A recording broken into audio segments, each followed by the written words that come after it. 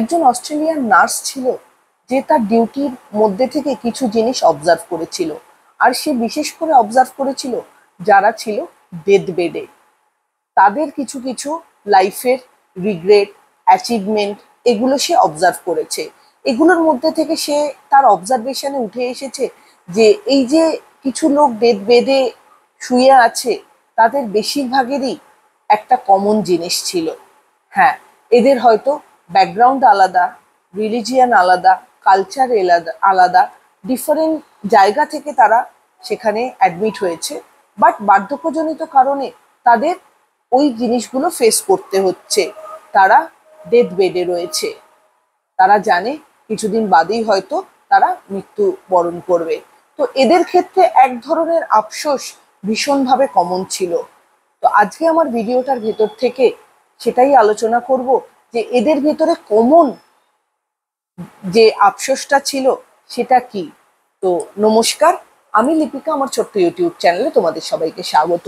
তো এই মানুষদের সবারই প্রপার্টি প্রচুর ছিল, ব্যাংক ব্যালেন্স প্রচুর ছিল, সোশ্যাল সেলফ এস্টিমও ভীষণ ছিল, সোশ্যাল স্ট্যাটাস তারা মেনটেন করত, প্রত্যেকেই ভীষণ ফেমাস ঘরের লোকজন ছিল।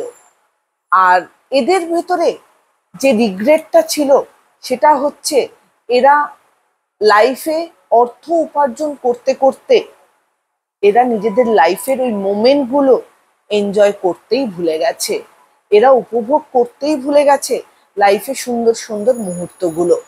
তো এদের আফসোস হচ্ছে যে আমরা সারা জীবন টাকার পেছনে ছুটেছি, অর্থ উপার্জন করেছি প্রচুর। হ্যাঁ, আমি অর্থের এগেনস্টে নই, অর্থ, money is a pillar of happiness, definitely, but সেটা অ্যাচিভ করতে করতে বা সেটা দাঁড় করাতে করাতে তুমি তোমার লাইফের সুন্দর মুহূর্তগুলো ভুলে যেও না। এদের প্রত্যেকের লাইফের একটাই রিগ্রেট যে এরা লাইফটাকে উপভোগ করতে পারেনি, প্রত্যেকটা মোমেন্টকে লাইফের যে স্টেজে বা যে এজে যে জিনিসটা উপভোগ করা উচিত ছিল এদের, এরা সেটা উপভোগ করেনি। অনেক ভালোবাসার মানুষকে এরা দূরে সরিয়ে রেখেছিল, বা এদের থেকে ওই সময় দূরে সরে গেছে অনেক কাছের মানুষ। তো এরা এই রিগ্রেটটা শেষ বয়সে এসে করছে। আমার ভিডিওর ভেতর থেকে এটাই বলার যে এই ধরনের রিগ্রেট ফিউচারে বা বার্ধক্যজনিত সময়ে বা একটা এজে গিয়ে রিয়েলাইজ করার থেকে আমি বলবো আপনি এখন যে স্টেজে আছেন বা এজে আছেন, সেই এজে অর্থ উপার্জন ডেফিনেটলি দরকার, কিন্তু লাইফটাকে এনজয় করাও ভীষণ দরকার।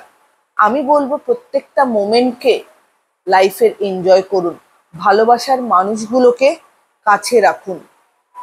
আর আপনি আপনার সময়ের যে জিনিসগুলো উপভোগ করতে ইচ্ছে করছে সেগুলোকে দূরে না সরিয়ে রেখে সেগুলোকে এনজয় করুন, লাইফটাকে উপভোগ করুন।